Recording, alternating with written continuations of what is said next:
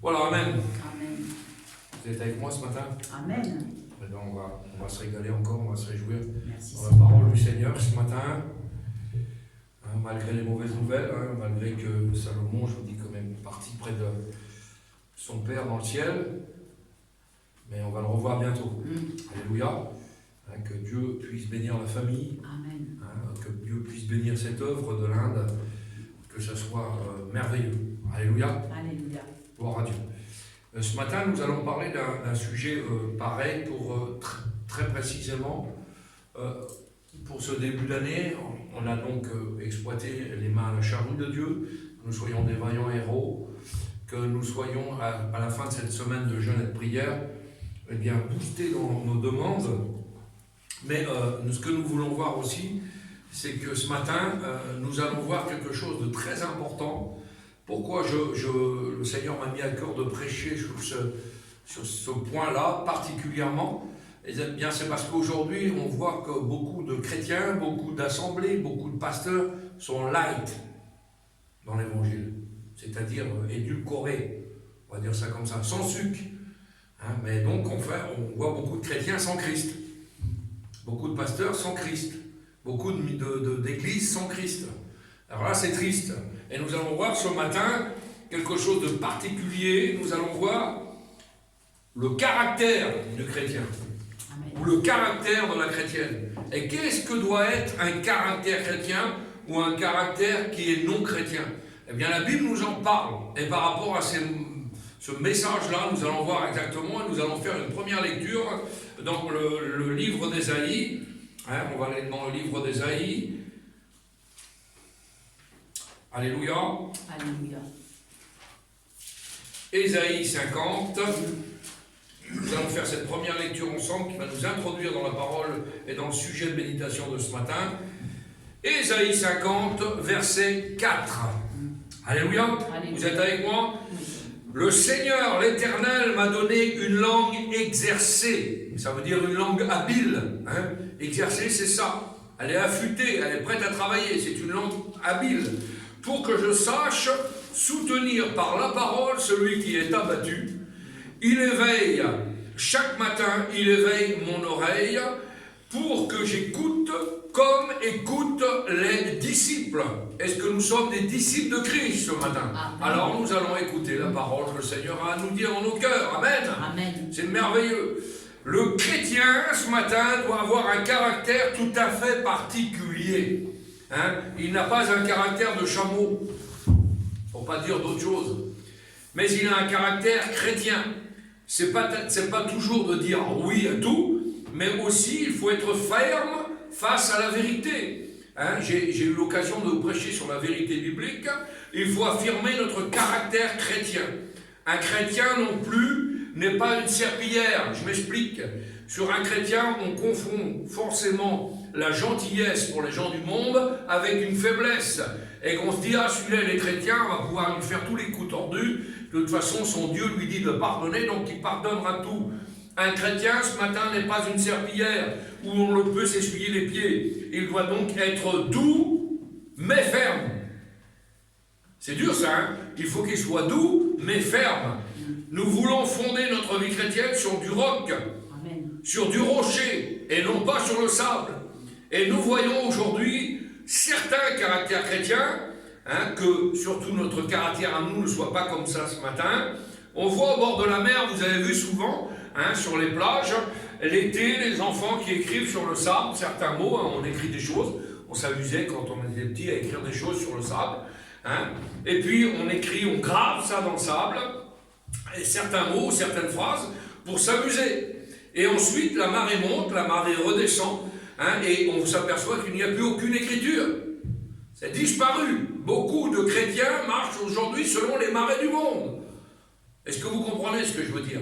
Ce que le Seigneur a gravé sur la table de votre cœur, que ça soit gravé sur un roc, la marée peut monter, la marée peut descendre, les intempéries peuvent venir, mais si votre cœur s'est gravé la parole du Seigneur, elle ne disparaît pas. Et le caractère d'un chrétien doit être comme ça, bien trempé et toujours lisible. La Bible dit que vous êtes comme une lettre lue de tous. Vous n'êtes pas n'importe qui ce matin. Et quand on voit certains, eh bien, on peut se poser beaucoup de questions. La Bible enseigne cela en disant, si quelqu'un est en Christ, il est une nouvelle créature. L'homme nouveau, l'apôtre Paul en a parlé très souvent au travers de ses épîtres. Alors, la question qui nous est posée ce matin est simple. Cet homme nouveau, cette femme nouvelle, est-il ou est-elle devenu réalité en nous ou non? Est-ce que cet homme nouveau est vraiment là ou est cette femme nouvelle est vraiment dans nos vies? Jésus l'a promis pour nous tous, mais souvent nous sommes déçus. Souvent il y a une déception parce qu'il y a chez beaucoup de chrétiens, il y a très peu de cet homme nouveau ou de cette femme nouvelle. Parfois, il n'y a même rien du tout. La Bible dit que l'on reconnaît un arbre à ses fruits. Eh bien, laissez-moi vous dire que quand on regarde la vie de certains, qui se disent, qui se revendiquent, chrétiens, pasteurs, eh bien, on s'aperçoit que les fruits ne sont pas terribles. Donc, comment comprendre cette contradiction? Eh bien, la parole de Dieu parle d'être une nouvelle création. C'est une nouvelle créature. Exactement la même puissance qui a permis à Dieu de créer à partir de rien la terre, la mer, les étoiles, les constellations. Il a fallu la même puissance de créativité de Dieu pour nous recréer à l'intérieur. Quelle merveille! C'est la même puissance, c'est la même parole. Paul enseigne ça, et vous regarderez ça dans le 2e épître aux Corinthiens en disant « Dieu a dit que la lumière soit, et elle a fait briller la lumière dans nos cœurs. » Dans nos cœurs. C'est exactement la même chose que de dire « Si je suis né de nouveau, j'ai un caractère différent de ce que j'étais auparavant. » Est-ce que vous avez des caractères différents par rapport à ce que vous étiez avant? Question toute simple. Par exemple, auparavant, on me décrit comme étant mort. Nous étions morts avant. Morts. Et la Bible nous dit, vous étiez dans la mort. Vous étiez morts par vos enfances et par vos péchés dans lesquels vous marchiez autrefois selon le train de ce monde. C'est ce que nous étions auparavant. Selon le train de Satan, selon le prince de la puissance de l'air, nous étions tous des fils et des filles de colère, selon la nature des enfants de colère comme les autres. Mais, merci Seigneur, la Bible dit, mais Dieu qui est riche en miséricorde à cause du grand amour dont il nous a aimés, qui nous étions morts, il nous a rendu la vie. Alléluia. Et aujourd'hui, nous sommes des créatures vivantes. Donc, normalement, j'ai la vie de Dieu en moi. Est-ce que vous avez la vie de Dieu en vous ce matin? J'étais mort, maintenant j'ai la vie.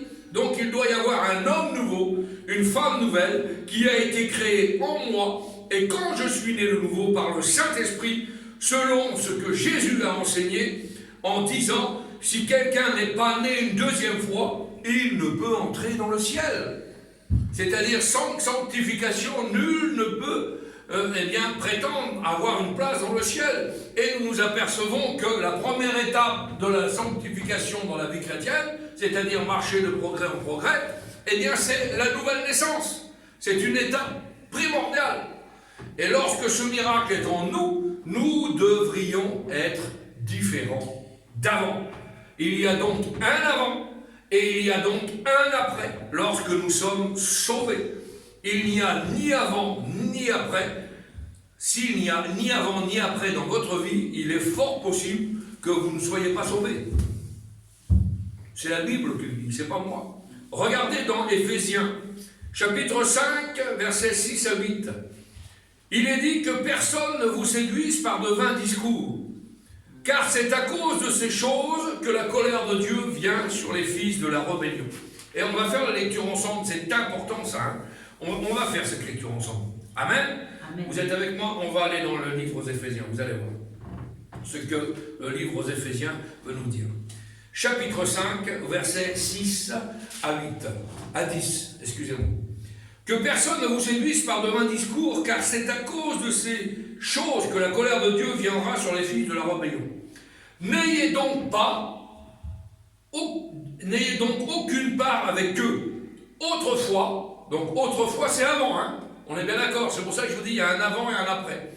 Autrefois, vous étiez ténèbres, et maintenant, vous êtes lumière dans le Seigneur, marchez donc comme des enfants de lumière, car le fruit de la lumière consiste en toutes sortes de bonté, de justice et de vérité. C'est trois choses importantes, ça. Hein.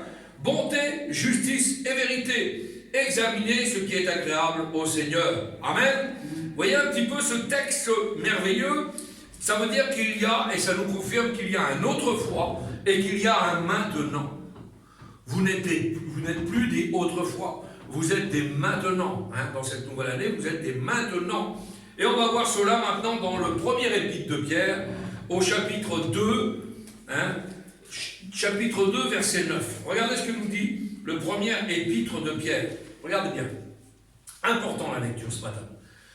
Vous au contraire, ça c'est pour le maintenant. Hein. Ah, il y a eu l'autre fois, nous l'avons vu dans le texte d'Éphésiens, maintenant dans le livre de Pierre, 1 Pierre.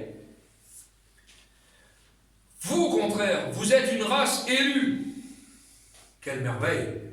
Un sacerdoce royal, une nation sainte, un peuple acquis, afin que vous nous annonciez les vertus de celui qui vous a appelé des ténèbres, donc autrefois, à son admirable lumière, c'est-à-dire maintenant, aujourd'hui. Alléluia. Alléluia.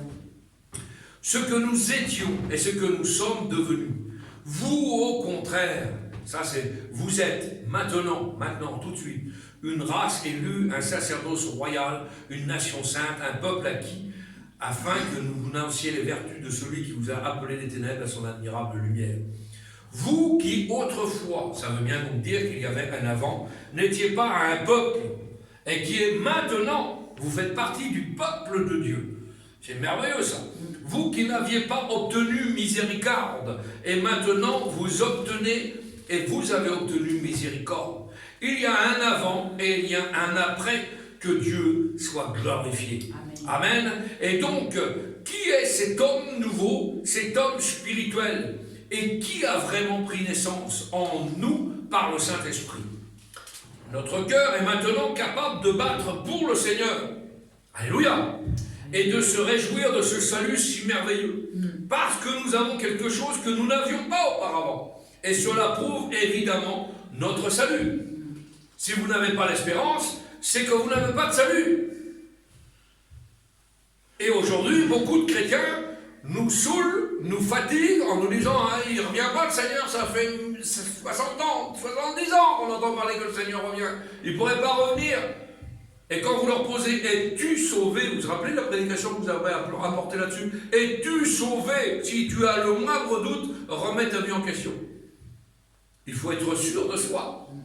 Nous sommes des enfants du salut. Amen. Alléluia.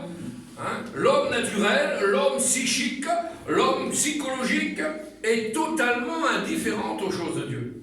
Il ne connaît absolument rien. Il n'est pas intéressé. Il est égocentrique, comme nous étions auparavant. Paul enseigne. L'homme naturel ne reçoit pas les choses de Dieu parce qu'elles sont une folie pour lui. Quand nous ne connaissions pas Dieu, toutes les choses de Dieu nous paraissaient une folie pour nous. Ça ne nous intéressait pas, c'est dingue, c'est fou. C'est une folie, une vraie folie. Aux yeux des païens, se réunir comme nous le faisons là un dimanche matin, eh bien, c'est dingue. Mais qu'est-ce qu'ils font? Quel camp perdu? Pour eux, c'est ça. C'est quelque chose d'impensable. Hein? C'est du temps perdu. Pourquoi? Eh bien, parce qu'ils ne sont pas régénérés. Ils sont perdus. Ils ont le diable pour patron. Ils sont totalement différents de nous et nous sommes totalement différents d'eux. L'homme naturel n'accepte pas, ne reçoit pas, n'ouvre pas son cœur aux choses du Seigneur. D'où la description du païen, c'est ce que nous étions auparavant. Et nous allons faire une deuxième lecture qui se trouve toujours dans Éphésiens. Vous allez voir un petit peu ce que nous dit la parole du Seigneur. C'est Éphésiens 4, verset 17 à 20. On va faire la lecture ensemble. Regardez. Voici donc ce que je dis et ce que je déclare dans le Seigneur. C'est que vous ne devez plus marcher comme les païens. Avertissement. Vous ne devez plus marcher comme les païens qui marchent selon la vanité de leurs pensées. Ils ont l'intelligence obscurcie Ils sont étrangers à la vie de Dieu à cause de l'ignorance qui est en eux, à cause de l'endurcissement de leur cœur. Ayant perdu tout sentiment, ils se sont livrés à la dissolution pour commettre toute espèce d'impureté jointe à la cupidité. Mais vous, nous, maintenant, c'est nous ça, maintenant. Mais vous, moi, vous, chacun d'entre nous, ce n'est pas ainsi que vous avez appris Christ. Alléluia. C'est merveilleux, hein? Vous voyez que la Bible fait bien la distinction. La comparaison est terrible dans l'Écriture. Et vous ne pouvez pas trouver un tableau plus clair. Tout ce qui est marqué dans la Bible est très clairvoyant, plus net. Hein? On ne peut pas faire plus net que ça. C'est ce que nous étions auparavant. Tite, chapitre 3, verset 3. Car nous aussi, nous étions autrefois insensés, désobéissants, égarés, asservis, esclaves à toute espèce de convoitise et de volupté. Et nous vivions dans la méchanceté et dans l'envie, dignes d'être haïs et nous haïssant les uns les autres. Lorsque la bonté de Dieu est venue, il nous a sauvés. C'est merveilleux ça, hein? L'homme nouveau, l'homme spirituel maintenant, qu'est-ce que c'est? Eh bien, il a des oreilles, et les oreilles sont ouvertes, comme vos oreilles sont ouvertes ce matin. Alléluia. Alléluia. Nos yeux sont ouverts, et on reconnaît le plan du salut, le plan du Seigneur pour nos vies, et on voit son amour pour notre vie, et on entend ce que nous n'avions pas compris auparavant. Ah, c'est pour ça que la Bible dit, il fait tomber les écailles de nos yeux, hein, il nous débouche les oreilles, et puis là, eh bien, l'intervention divine du ciel vient tomber dans nos cœurs. Ah, nous avons une nouvelle vision, nous sommes des nouvelles créatures, donc nous comprenons ce que nous ne comprenions pas avant. On ne comprenait pas ça auparavant, mais maintenant on comprend. Et on discerne même les événements de notre siècle. Merveilleux ça. Hein, quand on voit ce qui se passe aujourd'hui dans le monde, dans les informations, dans les actualités, on comprend. Parce qu'on a le Saint-Esprit qui nous fait comprendre les choses, on a la connaissance de la parole de Dieu, nous sommes des disciples du Seigneur, nous connaissons la parole, nous connaissons la Bible, nous connaissons la lecture, et rien ne nous étonne. Aujourd'hui, il y a des chrétiens, mais si on pourrait faire ça, peut-être qu'on pourrait changer. Vous ne changerez rien au plan divin de Dieu. Mais nous nous attendons à ces événements-là. Nous ne sommes plus étonnés de ces événements-là. Donc on discerne même les événements de notre siècle. Les événements de notre temps s'emboîtent parfaitement, et lorsque s'emboîtent parfaitement avec la parole du Seigneur. Et avec la fin des temps que la Bible nous enseigne, nous ne sommes pas surpris de la fin des temps. Hein. Ça va arriver, ne vous inquiétez pas, ça va venir. Nous, ce qu'il faut nous inquiéter, c'est d'avoir une place dans le ciel. Marcher selon la volonté de Dieu. Que le monde passe, hein, le monde passe. Il n'y aura pas de problème, ça va, tout ce qui doit arriver, arrivera. La Bible nous enseigne, les païens ne comprennent pas, comme la génération de Noé n'avait rien compris. Et la Bible dit qu'il en sera de même que les temps de Noé. Ah oui, c'est exactement la même chose. Ils ne se doutèrent pas, ils n'avaient rien compris, ils n'ont rien vu, ils ont été avertis par contre. Hein, Noé a prêché et rien n'y a fait. Le déluge est venu et Jésus a dit, il en sera de même que du temps de Noé. Et Pierre le dit aussi. Vous, au contraire, vous êtes une race élue. Vous qui autrefois étiez ceci, et maintenant vous êtes cela. Donc ça veut bien dire qu'il y a une position différente aujourd'hui pour nos vies. Donc on a changé. Amen. Amen. On a le même corps. Hein, c'est toujours ce corps hein, qui est taille mannequin, vous avez compris. Hein. On a toujours le même corps. Mais on n'a pas le même esprit. On a des nouvelles créatures. Comment c'est possible? On a changé. Le diable, par contre, lui, voudrait bien nous ramener à notre ancienne créature. Aïe, aïe, aïe, ça, il est fort là-dessus. Ah oui, hein. Il voudrait nous faire croire que l'on n'a pas changé. Hein, on n'a pas changé. Mais nous ne sommes plus pareils. On a quelqu'un qui nous habite. Ah, il n'est pas venu nous visiter, il nous habite. Il demeure en nous. On est habité maintenant par le Père, le Fils et le Saint-Esprit. Alléluia, c'est merveilleux ça. Et à la fin des temps, il est dit, les méchants feront le mal. Aucun des méchants ne comprendra. Aucun. Qu'est-ce que ça veut dire ça? Qui est méchant? Celui qui tue? Celui qui cambriole la banque? Pas du tout. Celui qui est méchant, c'est celui qui ne croit pas que Jésus-Christ est le seul sauveur. C'est celui-là le méchant dans la parole du Seigneur. Ça, c'est la pire méchanceté qui existe dans le corps de l'homme. Ils ne croient pas que Jésus-Christ est le sauveur. Les méchants ne comprennent pas. Ils sont aveuglés. Il y a un voile, et le voile ne tombe que quand Christ, va les toucher profondément. La Bible dit que tout genou fléchira devant lui. Amen. Et ils ne tomberont qu'avec Jésus-Christ, pas avec quelqu'un d'autre. C'est la puissance du Saint-Esprit qui va les foudroyer. Donc évidemment, l'homme spirituel ressent maintenant le péché tel qu'il est véritablement. Nous connaissons. Le péché le répugne, il le repousse. Il y a une réaction contre le péché. L'homme spirituel, l'homme nouveau, ressent la grâce de Dieu comme telle. Gloire à Dieu. Merci Seigneur. Nous n'avions pas cette vision spirituelle avant. Donc le péché ne nous concernait pas trop. On pouvait pratiquer certaines choses et ça ne nous dérangeait pas plus que ça. Mais maintenant, en étant des nouvelles créatures, nous savons et le Saint-Esprit nous reprend. Ça fait du bien d'être repris par le Saint-Esprit. Ah, ça, je voudrais faire... Tu fais quoi?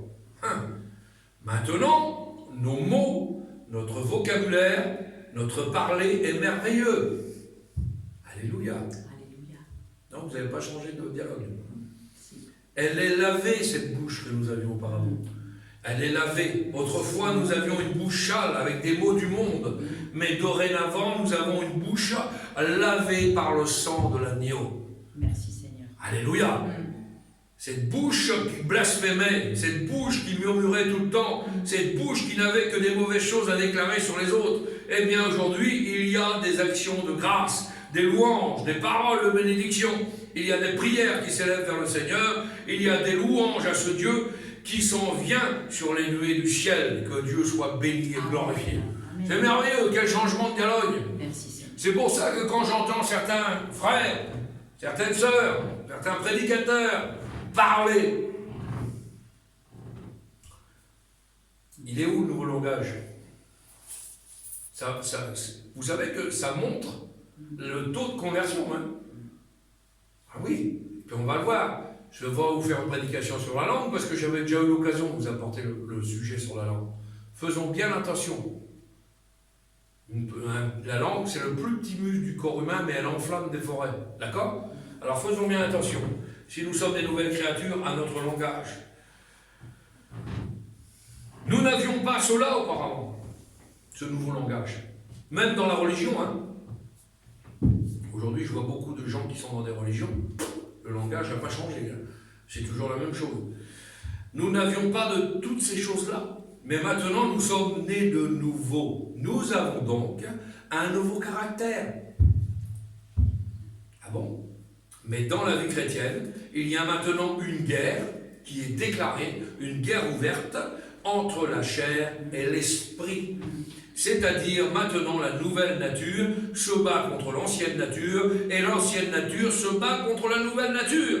Paul explique cela en disant la chair, la nature chair, le charnel, a des désirs contraires à l'esprit et le Saint-Esprit en nous a des désirs contraires à ceux de la chair. Ils sont opposés, c'est une opposition entre eux. Il y a une opposition en nous.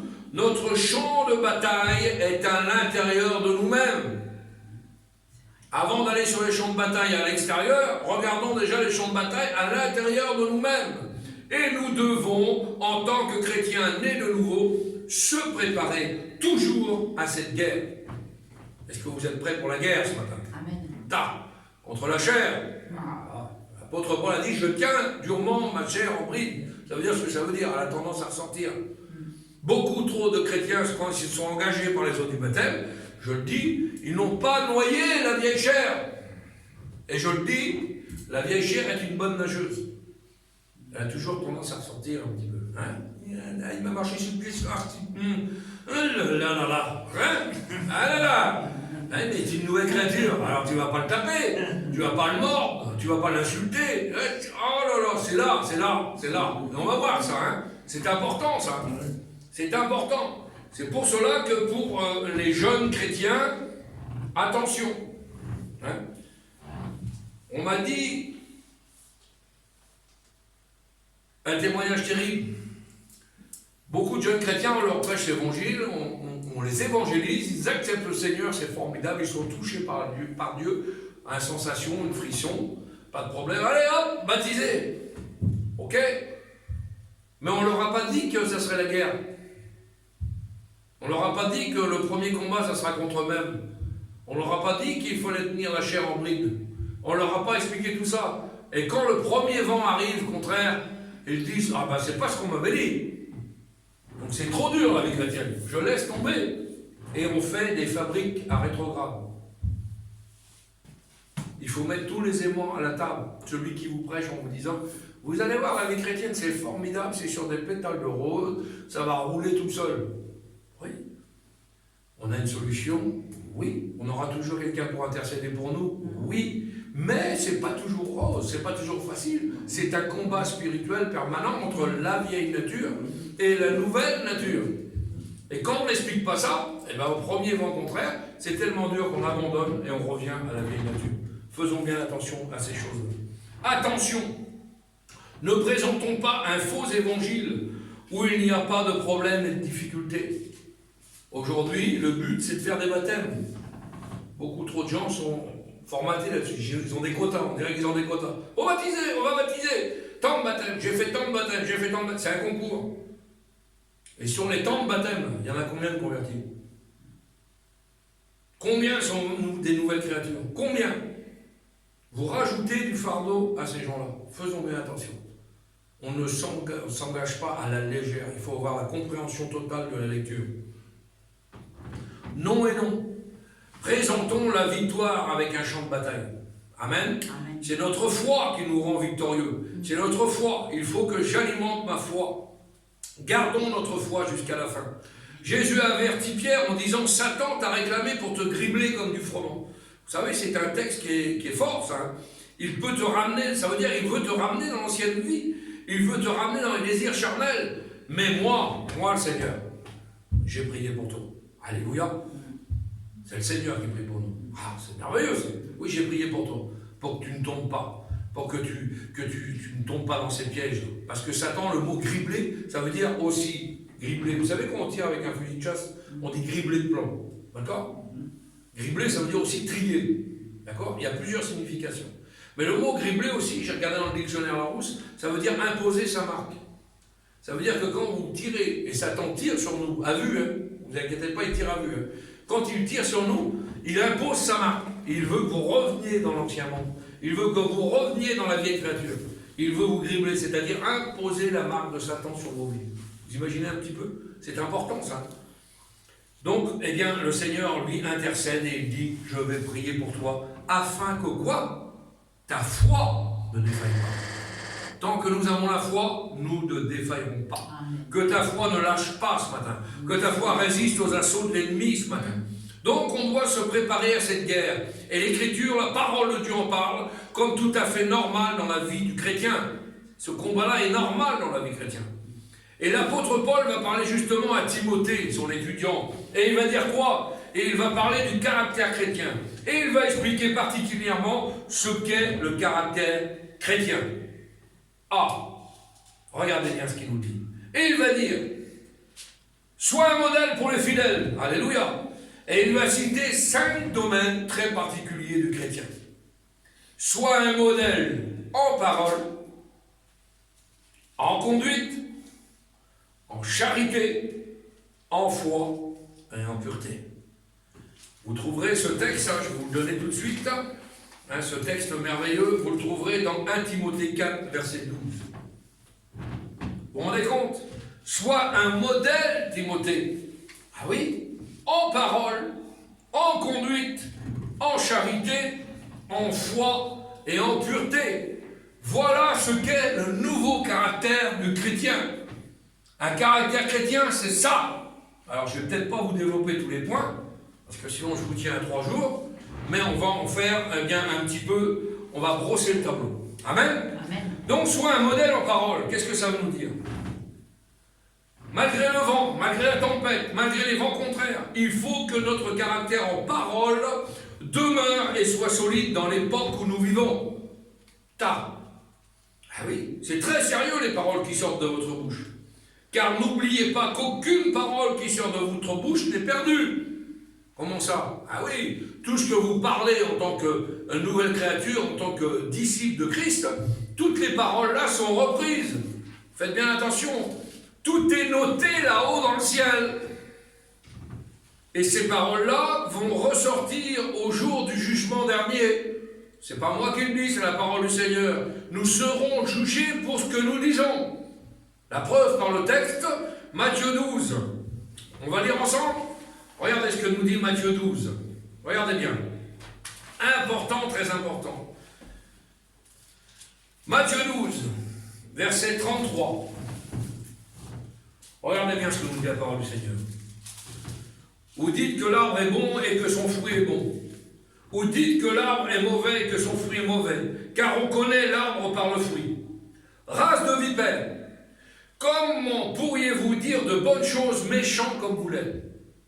Car c'est de l'abondance du cœur que la bouche parle. L'homme bon tire de bonnes choses de son bon trésor, et l'homme méchant tire de mauvaises choses de son mauvais trésor. Je vous le dis, regardez ce qui nous concerne, je vous le dis, c'est une affirmation, au jour du jugement, les hommes rendront compte pour quoi? Les hommes rendront compte de toute parole vaine qu'ils auraient proférée. Car par tes paroles, tu seras justifié, et par tes paroles, tu seras condamné. C'est précis là, non? Car tes paroles, tu seras justifié, ou par tes paroles, tu seras condamné. Quelles sont les paroles dans vos bouches? En tant que chrétien, en tant que disciple de Christ. Notre langage nous révèle. J'avais eu l'occasion de prêcher des pensées. Les pensées que vous nourrissez tombent dans votre cœur et un jour ou l'autre ça sort. Et quand ça sort dans votre bouche, c'est ça que ça veut dire. Notre langage nous révèle. Notre langage dit ce que nous sommes exactement. C'est de l'abondance du cœur que la bouche parle. Si c'est de la politique que tu parles tous les jours, eh bien ta bouche parlera de politique. C'est ce que tu nourris dans ton cœur. Si c'est du monde, eh bien tu parleras du monde. Si c'est du matériel, du commerce, du business, tu parleras du commerce, du matériel et du business. Alors quand j'entends certains pasteurs ou certains chrétiens dans certaines assemblées qui font que de parler de business, qu'est-ce que nourrit leur cœur? Vous comprenez ça? Et ces paroles-là ne sont pas vaines. Vous retrouverez un autre passage dans la parole du Seigneur qui est dans le livre du Proverbe. L'homme est esclave de la parole qu'il a prononcée, mais il est maître de celle qu'il n'a pas dite. Merci Seigneur. Vous me rappelez ce texte, merveilleux. Je ne sais pas si vous imaginez, je l'ai dit trop tard, je l'ai dit, c'est parti. Je suis esclave maintenant. Comment je vais camoufler le truc? Je l'ai dit. J'ai dit qu'elle n'était pas belle. J'ai dit que lui c'était un voleur. J'ai dit que j'ai c'est trop tard, je ne peux plus revenir en arrière. Je l'ai dit. Comprenez ça? Donc on est esclave et Satan se sert de ça. Vous comprenez? Maintenant, si on maîtrise notre langue, on maîtrise notre bouche, nous ne sommes plus esclaves de ces paroles. Faisons bien attention à ce que nous nourrissons dans notre cœur. Alors oui, parce que si nous nourrissons ça dans notre cœur, vous parlerez comme votre cœur. Parce que le cœur va dévoiler tôt ou tard votre vraie personnalité. Votre langage vous a fait reconnaître, dit la Bible. Vous vous rappelez de ce passage-là?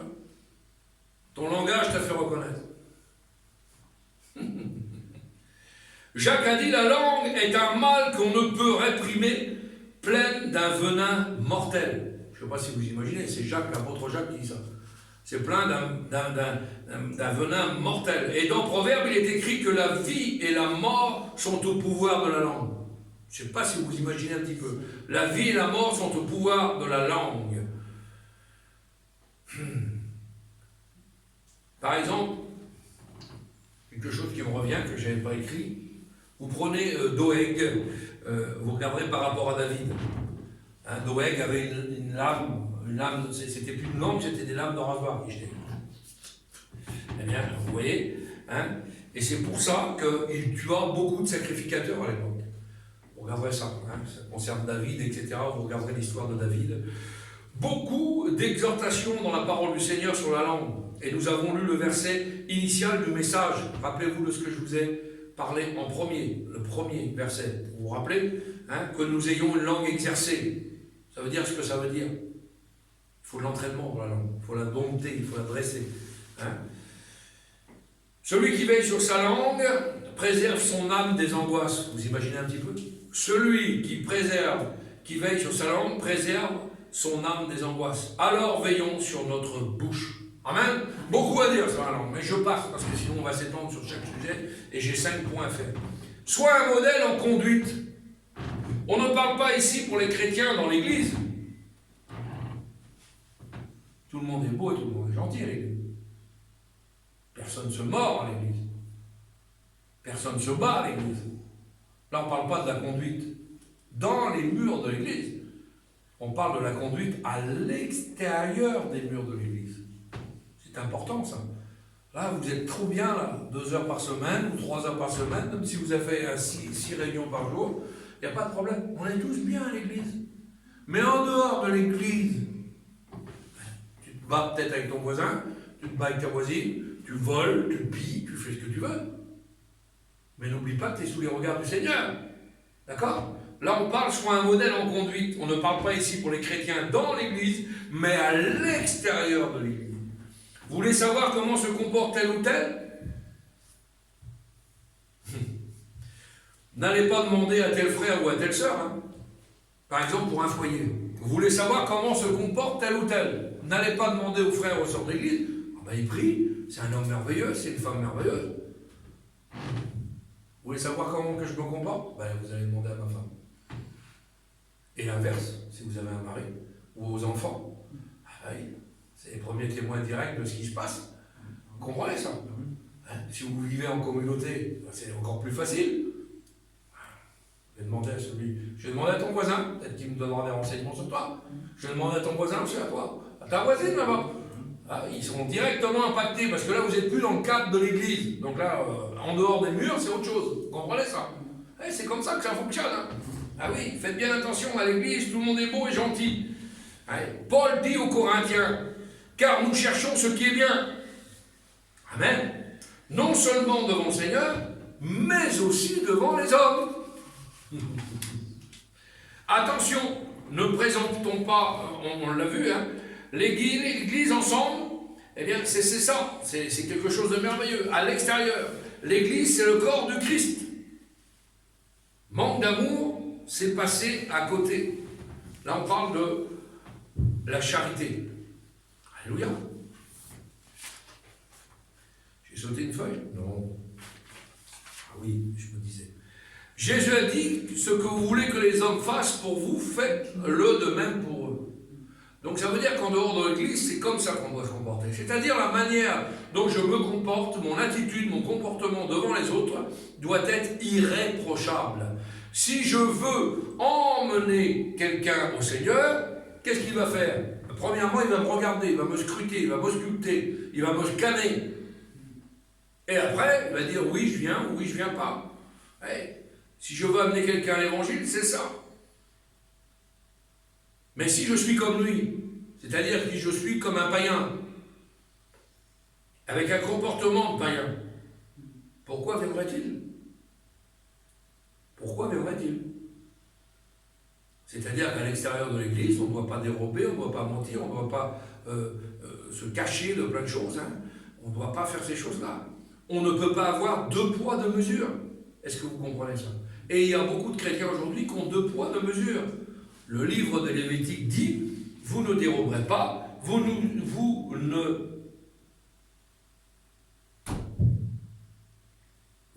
n'userez ni de mensonges, ni de tromperies, les uns envers les autres. C'est-à-dire qu'un chrétien vend quelque chose à un autre chrétien. J'ai fait le compteur de la voiture, je ne le dis pas. Je l'ai acheté 2 €, je vais lui vendre 1000 €. Je ne le dis pas. Vous comprenez ça? Aujourd'hui, c'est ça. Comment vous comporterez les uns vers les autres? Dans Deutéronome, il est dit, tu n'auras pas dans ton sac 2 sortes d'effets. Ça veut dire 2 poids, 2 mesures. Vous voyez ça? C'est biblique ce que je vous dis là. Le livre de Deutéronome le dit, tu n'auras pas dans ton sac, pour un chrétien, deux sortes d'effets. Et la parole de Dieu nous demande d'avoir une conduite exacte. Ne craignez pas, dit le Seigneur, voici ce que vous devez faire. Ah, donc on a des commandements pour avoir une bonne conduite. Regardez ce que nous dit la Bible. Dites la vérité. Jugez selon la vérité. Ne pensez pas mal de votre prochain. Et ne pas aimer les faux serments. Alors c'est quoi ça, les faux serments? Vous voulez qu'on le lise? On va aller dans le livre de Zacharie.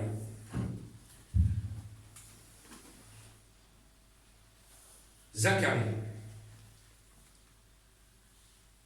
Qui c'est qui est avant moi? Alléluia. Regardez bien ce que nous dit le livre de Zacharie. Zacharie 8. Zacharie 8, versets 16 à 17. Voici ce que vous devez faire. Dites la vérité chacun à son prochain. Jugez dans vos portes selon la vérité et en vue de la paix. Que nul en son cœur ne pense le mal contre son prochain et n'aimez pas le faux serment, car ce sont là toutes choses que je hais, dit l'Éternel. Amen. C'est important. Alors, les faux serments, c'est je jure sur ci, je jure sur ça, je jure sur ça. Alors ça, là, pour un chrétien, ça doit disparaître de vos bouches. Il y en a beaucoup. Hein. Alors chez nous, c'est on jure sur les petits, on jure sur la Bible, on jure sur ci, on jure sur tout. Hein? Vous comprenez ça? On est condamné à mort, comme il venait au tribunal avant. Mettez la main sur la Bible et dites je le jure. Quel paquet de mensonges. Vous comprenez? On jure à faux. C'est ce qu'on appelle jurer à faux. C'est des faux serments, ça. Il faut faire bien attention à ça. Mais si je te le dis, c'est vrai, non, c'est des faux sermons, ça. Alors, que celui qui dérobe ne le fasse plus. Regardez bien ce que dit aussi la Bible, pour nous enseigner dans une bonne conduite de tous les jours. Que celui qui dérobe ne le fasse plus. Rendez à tous ce qui leur est dû. L'impôt, regardez bien la Bible, hein, elle est précise, hein. L'impôt à qui vous devez l'impôt. Le tribut, c'est-à-dire les taxes, hein, le tribut à qui vous devez le tribut. Rendez la crainte à qui vous devez la crainte, par exemple aux autorités, à la police, ou à ce que vous voulez. Hein. L'honneur à qui vous devez l'honneur. C'est ce que la Bible me demande, donc je le fais. Comment pouvons-vous avoir des assemblées où les gens sont des voleurs? On triche sur les déclarations, on triche sur le revenu, on triche sur les impôts, on triche sur les taxes, on triche sur tout ça. Mais on a la prétention d'aller au ciel. Mais la Bible me dit le contraire. Alors lapidez-moi, mais la Bible me dit le contraire. Vous comprenez ça? Faisons bien attention à ça. Ah oui, c'est marqué noir sur blanc. Mais oui, c'est la grâce, mon frère, tu te rends compte, la grâce. Ah, on l'a patouillé un peu dans les... Non, mais la grâce, c'est la grâce. Non. La grâce, ne faisons pas de la grâce un prétexte pour faire vivre selon la chair. Il n'y a pas de conversion, là. Je vous le dis, il n'y a pas de conversion. Celui qui pratique ça n'est pas converti. Donc c'est très clair. Jésus nous dit, la tromperie prend sa source dans Satan. C'est la Bible qui le dit, c'est Jésus qui le dit lui-même. Vous vous rendez compte? La tromperie prend sa source dans Satan. Si je vous trompe, je prends ma source dans Satan, je ne prends pas ma source dans la parole du Seigneur. Alors, sois un modèle en charité aussi. C'est quoi être un modèle en charité? Charité, c'est l'amour. Amen? Amen. Ah oui. Sans amour, je ne suis rien, dit Corinthiens 13. Et sans amour, ça ne me sert à rien, de rien. Je suis rien et je ne vaux rien. Vous pouvez avoir tout, la science de tous les ministères, la science de tout. Vous pouvez avoir une tête, un cerveau à 18 étages, éclairé à tous les étages, il n'y a pas de problème. Mais si vous n'avez pas d'amour, vous n'êtes rien. Vous n'êtes qu'une timbale qui retentit. Que chacun de vous, au lieu de considérer ses propres intérêts, considère avant les intérêts des autres. Ah, ça c'est la charité, c'est l'amour. Eh oui. Prenez l'exemple d'Abraham et Lot. Vite fait, je survole. Si on est dans la discipline, dans le naturel, comme Abraham et Lot, ils se battent ils se battent en parole, hein, vous comprenez, ils se battent pour les troupeaux, et puis au bout là-bas, c'est Sodome et Gomorrhe, mais c'est des champs verts. Vous Vous comprenez, c'est la verdure, c'est des belles plaines, là, bien abondantes, bon manger. Mais Abraham est plus vieux, beaucoup plus vieux que son neveu Lot. La politesse aurait voulu que Lot dise, bah, vas-y Abraham, choisis en premier. Ouais, c'est la politesse. Par amour, Abraham dit à Lot, regardez bien ce qu'il lui dit, l'amour choisit premièrement ce que tu veux. Alors, ça c'est l'amour. Prends ce que tu veux, moi je prendrai le reste. Oh, ça c'est l'amour, c'est une preuve d'amour ça. L'amour c'est de se réjouir avec ceux qui se réjouissent et de pleurer avec ceux qui pleurent. Hein? C'est ça l'amour. Ah oui. L'Église c'est le corps du Christ, nous sommes le corps du Christ. Quand un petit membre souffre, toute l'Église souffre, c'est l'amour. Quand un petit membre se réjouit, tout le corps du Christ entier se réjouit. Hein, nous nous réjouissons de pouvoir faire des partages avec nos frères, qu'ils soient d'où qu'ils soient. C'est une réjouissance pour nos cœurs. Manquer d'amour, c'est passer à côté. Vous vous en rendez pas compte? Manquer d'amour, c'est passer à côté. C'est manquer de miséricorde. Nous n'avons plus de miséricorde. Manquer d'intérêt pour les autres, quel dommage. L'amour, c'est le samaritain. Comprenez? L'autre est passé, le religieux est passé, l'autre est passé, l'autre est passé, l'autre est passé, mais le samaritain il s'arrête. Non seulement il s'arrête, il met sur sa monture, il l'emmène à l'auberge, vous connaissez l'histoire, il paye l'auberge, il paye la nuit. C'est l'amour ça. L'amour c'est pas que de le dire, c'est de le faire, c'est des actes. Comprenez? Ah, je peux le faire. Hein? Il ne mange pas là-bas. Ouais, ben va lui donner des sous. Il ne mange pas là-bas. J'ai fait un peu de commission. Il ne mange pas là-bas, il n'a rien. Ben, on va prier pour lui. Oui, d'accord, ok. Ça n'empêche pas ça. Oui, on va prier pour lui, on va prier pour elle, pas de problème. Mais tiens, là je peux le faire, c'est l'immédiateté ça. Ça c'est l'amour. Vous comprenez ça? C'est important. Alléluia. Sois un modèle en foi. Hein? On va finir. Un modèle en foi. Le contraire de la foi, c'est l'incrédulité. Ayez foi en Dieu. Amen. Alléluia. Pierre sur les eaux. Hein? Il a eu foi, puis après, hop, le monde a repris le dessus. Hein? Et puis le Seigneur lui dit, homme de feu, de peu de foi, pourquoi as-tu douté? Pourquoi as-tu douté? Homme de peu de foi. On doute de trop dans nos vies. Ayons la foi dans le Seigneur. Amen. Et puis là, eh bien, on voit, hein, regardez, même un chantonnier romain dans la parole du Seigneur. Vous connaissez ces histoires-là, c'est merveilleux. Après, j'ai essayé des prédications tout seul. Pas converti, pas chrétien, c'est pas un homme de Dieu. C'est un chantonnier romain. Il a entendu parler de Jésus, il va à la rencontre de Jésus. Maître, si tu pouvais aller dans la maison là-bas, mon serviteur est malade. Et il dit, je ne peux pas t'accueillir parce que je ne suis pas digne que tu viennes sous mon toit. Jésus dit quoi? Je n'ai jamais trouvé dans tout Israël un homme avec une aussi grande foi. Dieu honore la foi. Merveilleux ça. Si nous avons la foi, nous pouvons déplacer des montagnes. Amen. Alors, ayons la foi. Marchons par la foi. Si nous sommes là, c'est par la foi. Hein, si nous serons encore là demain, c'est encore par la foi. Si nous croyons au retour du Seigneur, c'est par la foi. Si nous croyons que nous allons aller dans le ciel bientôt, c'est par la foi. Amen. Si je suis devant vous, c'est par la foi. Vous comprenez ça? C'est la foi. FOI, force, obéissance, intégrité. Ah, quelle est belle lettre, c'est ça. F, force, obéissance, intégrité. Et on va finir, soyez un modèle en pureté.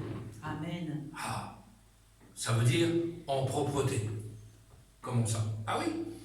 Heureux ceux qui ont le cœur pur, car ils verront Dieu. Est-ce que ton cœur est pur? Ou est-ce qu'il y a des choses qui ne sont pas la gloire de Dieu dans ton cœur? Qu'est-ce que tu nourris? Ben c'est bien, mais dans le fond, là, il ne faut pas trop y aller. Hein. Dans le fond du cœur, il y a peut-être des saloperies là, qui vont remonter. Alors, pour l'instant, ça se maintient parce que j'ai un peu du spirituel sur le dessus. Mais la Bible dit qu'on ne met pas du vin nouveau dans une vieille outre. Donc, il serait bien que tu dégages tout ce qui est en impureté dans ton cœur et après, tu pourras remplir. D'accord? Le Saint-Esprit va remplir. Mais déjà, tout ce qui est mauvais, négatif dans ton cœur, enlève-le, chasse-le, nettoie, fais un nettoyage complet. Hein? Et puis après, eh bien, on verra. Dieu promet à ceux qui ont le cœur pur, quelle beauté. Dieu promet à ceux qui ont le cœur pur. Joseph était propre et pur en Égypte. Regardez cet exemple merveilleux. Hey, elle arrive la femme, tu fais quoi? Je ne veux pas. Non, non. Moi, je suis pur, propre. Je ne veux pas de ça. Moi. Ça ne fonctionne pas comme ça. Quelle belle image, quel bel exemple devant son Dieu. Et puis regardez ce qu'il a fait. Eh bien, Dieu l'a amené sur le trône parce qu'il était pur. Merveilleux. Si toi, tu n'es pas trop pur, il faut enlever toutes ces petites choses. Marcher dans la pureté et dans la sainteté. Amen. Merveilleux ça. Alors ce matin, vous avez bien compris qu'il faut que notre caractère soit comme ça. Nous ne sommes pas n'importe qui, nous sommes des chrétiens.